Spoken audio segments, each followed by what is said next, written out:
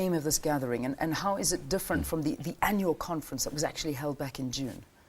Yes, you know, the Kimberly process was exactly what you stated, to make sure that there is no blood diamond flowing into the rich countries by impoverishing the African countries and getting the African countries into the position of instability, just so that the diamond dealers can have access to those resources.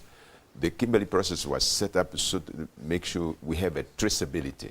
You can trace the origin of a diamond. If you buy a piece of diamond, you will know where it came from and so forth. So that those countries that have the so-called blood diamond, which means that there is a conflict around these diamonds, this country will be forbidden from exporting those diamonds to the international market. Yeah. So that process has worked very well in Sierra Leone, in Congo, elsewhere. Now, the issue today is to consolidate that process and see how we can apply that to other minerals. Because diamonds is not only one. We have been successful in dealing with diamonds, blood diamonds. But how do we then transfer that experience, their knowledge, into other minerals?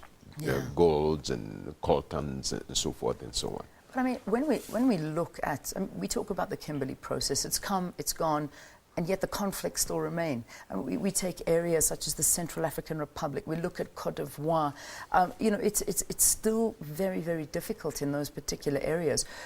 What else, you know, what else can we do to try and alleviate the situation? The problem is in reinforcement of that process. Because if a country is going to be exporting diamonds under the Kimberly process, that country had to certify. You had to have a certificate, a Kimberly process certificate. Yes, those diamonds are produced legally. Yes, those diamonds are being exported. Yeah. Now, they're putting more pressure on exporting countries, but they are not putting pressure on the importing countries, those countries that are buying diamonds. We have the recent case we have was Zimbabwe, because the DRC was presiding over the Kimberly process, and we were told that Zimbabwe diamonds cannot be exported because it was blood diamonds. We traveled to Zimbabwe. We looked at the process there. We certified it was not blood diamond. The diamond in Zimbabwe was being produced properly. Yeah.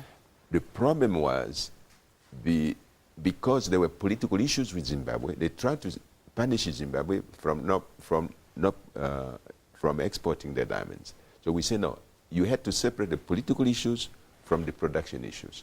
Now, once you certify that it's a blood diamond, their diamond can flow around the world without problem. Where we have still conflicts, the problem people buying diamonds. How do we make sure that they are buying the properly produced diamonds? Yeah. That's where we need to put emphasis on. Producing countries, fine, you can control that. Do we control the buying countries? Of course not. That's where the issue is. What are the sentences that are meted out to offending members that of the Kimberly process? That's the problem. We can punish the producing countries by not supplying the certificate, by not allowing them to have their diamond certified. So we block them, so therefore they cannot export. But if a blood diamond is exported somehow illegally, how do we make sure we punish the buying countries? Yeah. That's where the problem is, because we have not found a mechanism to punish the buyer. We're punishing the producer, but not the buyer. Just finally, last week, a few African leaders, including President Kabila, convened in South Africa to talk about the response of the army to deal with such situations with rebels. Will that help in beefing up capacity against the rebels? Yes, definitely. Definitely, because what's happening with the rebels that they use those resources to buy arms and to train the rebels and so forth and so forth. So if you cut them off from their source of income, and then you're undermining, you're going to reduce their capacity to destabilize those regions. So it's very important for a country like mine to make sure that the rebels have no more access to this kind of resources. Okay. Okay, we have to leave it there, unfortunately. A very interesting, topical, but important issue.